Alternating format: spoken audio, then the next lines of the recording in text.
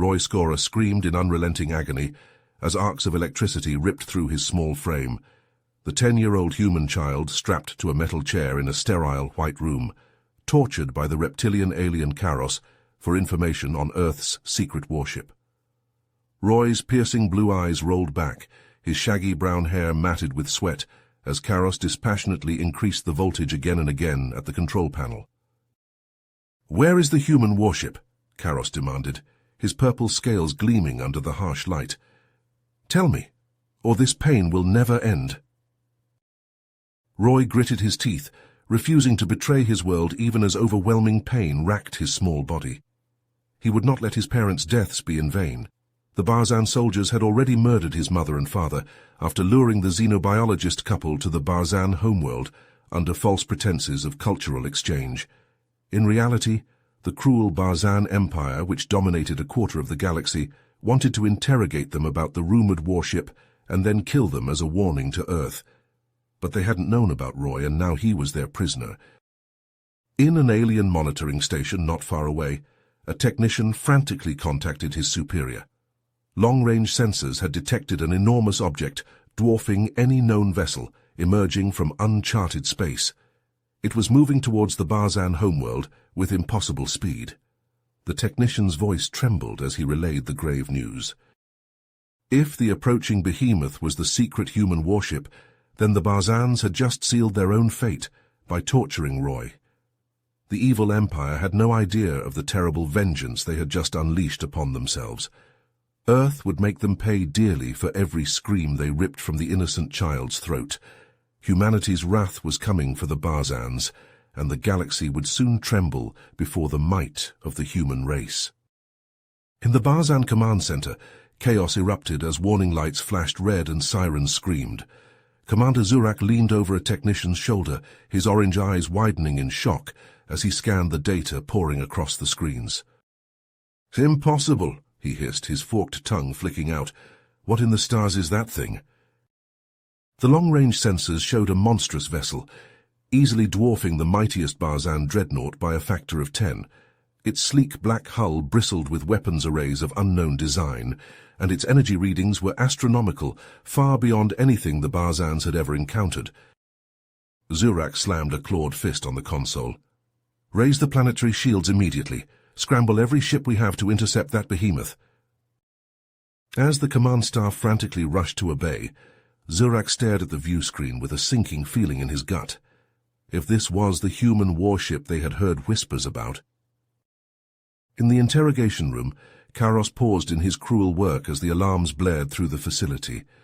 On the metal slab, Roy Scorer teetered on the edge of consciousness, his small body shaking from the torture. The reptilian's eyes narrowed as an urgent voice crackled over the intercom, summoning him to the command center. Karos hesitated, glancing down at the barely conscious child.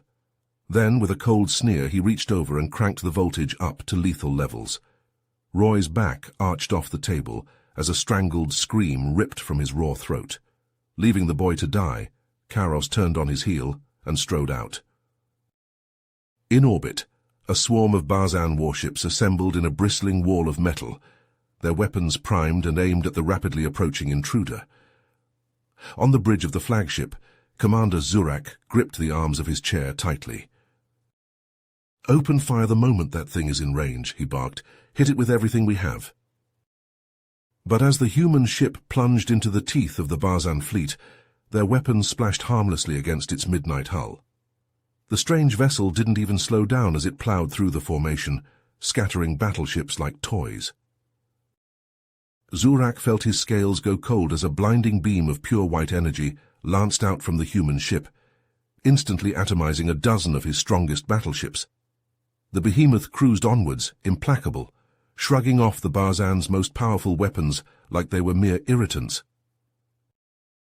In the smoking ruins of the interrogation room, Roy felt his fading consciousness slipping away, his vision narrowing to a dark tunnel. This was it, he thought dimly. At least he would see his parents again soon. Suddenly the world heaved like an earthquake had struck. The walls fractured, the lights sputtered out, and a tremor rocked the room. Roy gasped as his restraints suddenly clicked open, the lethal current sizzling out. Somehow impossibly he was still alive. Sucking in a shuddering breath, Roy ripped the electrodes from his skin with violently trembling hands. His muscles screamed as he lurched upright, nearly pitching off the table. He had no idea what was happening, but one thought crystallized in his pain-fogged brain. "Escape, get out now, or die trying." Roy staggered through the crumbling corridors, concrete dust choking his lungs. His battered body screamed in agony, but he pushed on, survival instinct overriding pain. Behind him, the thunder of booted feet made him glance back. His stomach dropped. Karos rounded the corner, flanked by a squad of burly Barzan soldiers bristling with weaponry. The cruel torturer's eyes locked onto Roy, widening in surprise and then narrowing in rage. "Kill the human brat," Karos snarled, raising his plasma rifle. The soldiers lifted their own weapons, but suddenly the ceiling above them cracked and caved in with a deafening boom, burying the Barzans in an avalanche of metal and concrete. Karos dove out of the way at the last second, rolling to his feet. Roy didn't hesitate. He sprinted for a gaping hole where the outer wall had collapsed, snatching a plasma rifle from a dead Barzan's limp claws as he ran past. Karos roared in fury and gave chase, firing wildly. Concrete exploded around Roy as he zigzagged through the rubble, breath sawing in his chest. Karos's shot sizzled past, singeing his hair. He reached the crumbling hole and frantically clambered up a tangle of twisted steel beams. Emerging onto the ruined street, Roy blinked in the harsh light. It was chaos. Barzan civilians ran screaming in all directions as skyscrapers toppled and fires raged out of control. The sky swarmed with Barzan fighters, twisting and jinking desperately, but beams of searing white energy from the human warship punched them from the air one by one. A sleek Barzan military speeder lay on its side in the rubble nearby, half crushed, but hopefully still functional. Roy sprinted for it, feet pounding the cracked pavement. Talons suddenly sank into his back as Karos tackled him from behind, sending them both crashing to the ground. They rolled across the rubble, grappling savagely. Roy lashed out with elbows and knees, but Karos was bigger and stronger. The Barzan pinned him to the concrete and wrapped his scaled hands around Roy's throat, squeezing brutally. Agony exploded through Roy's head as his airway constricted. He thrashed and bucked, but Karos was immovable. Black spots crowded his vision, the world telescoping away. His flailing fingers closed around a chunk of concrete. With the last of his strength, Roy smashed it into Karos's temple. The Barzan's eyes rolled back and he slumped sideways. Roy heaved the limp alien off and staggered to his feet, sucking in ragged breaths.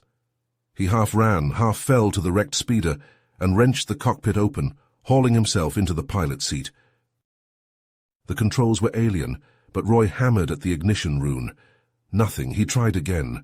On the third strike, the engine coughed to life. Roy almost sobbed in relief.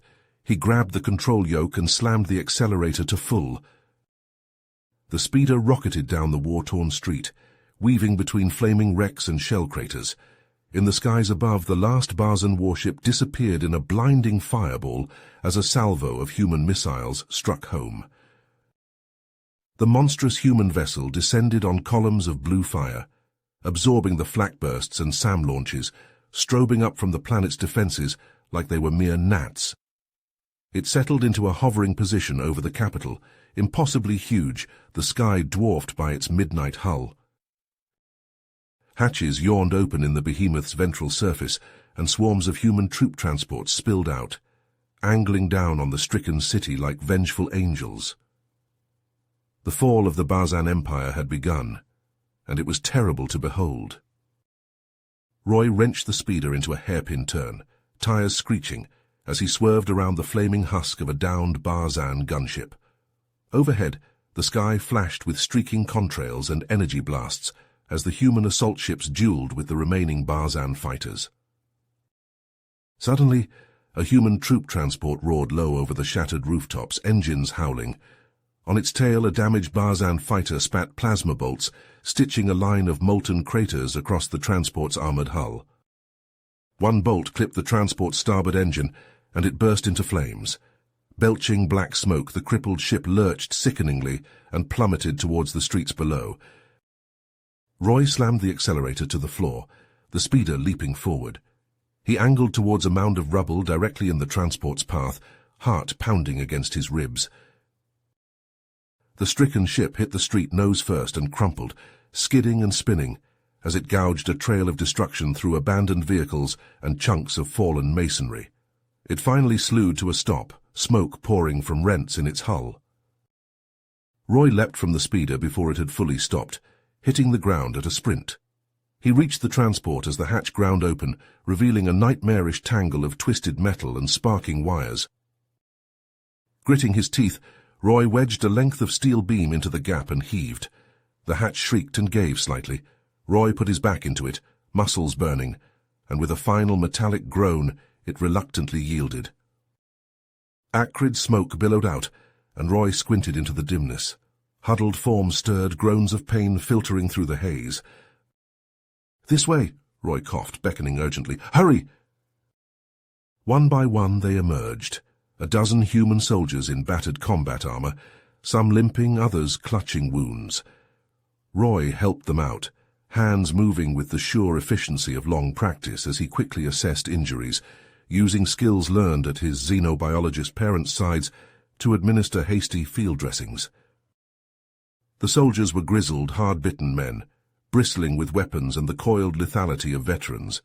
They looked upon this lone human child with astonishment, as if unable to reconcile his presence on this blasted alien battlefield. Their commander, a bull of a man named Hawkins, gripped Roy's shoulder, piercing eyes boring into him. "What in hell's name are you doing here, son?" "My parents," Roy said, the words catching in his throat. "Xenobiologists. The Barzans lured them here and—" He swallowed hard. "Karos tortured me, trying to find out about some secret human ship." Hawkins' gaze went flat and cold as Roy recounted his ordeal, the muscles in his jaw bunching. He traded a look of pure murder with his men. The growl of powerful engines made them all whip around as a hulking Barzan heavy tank rumbled around a corner, swiveling to face them.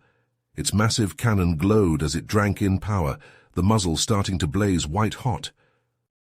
"Cover!" Hawkins barked, and the soldiers scattered, bringing their plasma rifles to bear. Blue bolts hammered the tank's armored hide, but dissipated harmlessly against its shimmering energy shielding. Roy's eyes fell on a pulsing node at the base of the cannon barrel, memory crashing over him in a wave. Countless hours at his father's workbench, poring over the schematics of alien machines, learning their hidden flaws and weaknesses. "The coolant junction," he blurted. "It's vulnerable when the capacitors are charging." In a flash, he snatched a plasma grenade from Hawkins' bandolier and sprinted straight at the tank, ignoring the soldiers' shouted warnings. The cannon swung ponderously to track him, the barrel yawning like the mouth of hell. At the last instant, Roy sidearmed the grenade. It arced through the air and stuck fast to the pulsing node. Roy hurled himself aside with a desperate dive. The grenade detonated, the weakened shield overloading in a blinding cascade. The coolant system ruptured catastrophically, and the cannon exploded, tearing the turret apart from within. As the echoes faded, Roy found himself hauled upright by a grip like iron. Hawkins towered over him, face streaked with soot, eyes alight with something like awe. "Hell of a throw, kid," he said gruffly. "Now let's get you someplace safe." Roy shook his head fiercely, eyes blazing with purpose far beyond his years. "No, I'm coming with you. I know this city. I can help."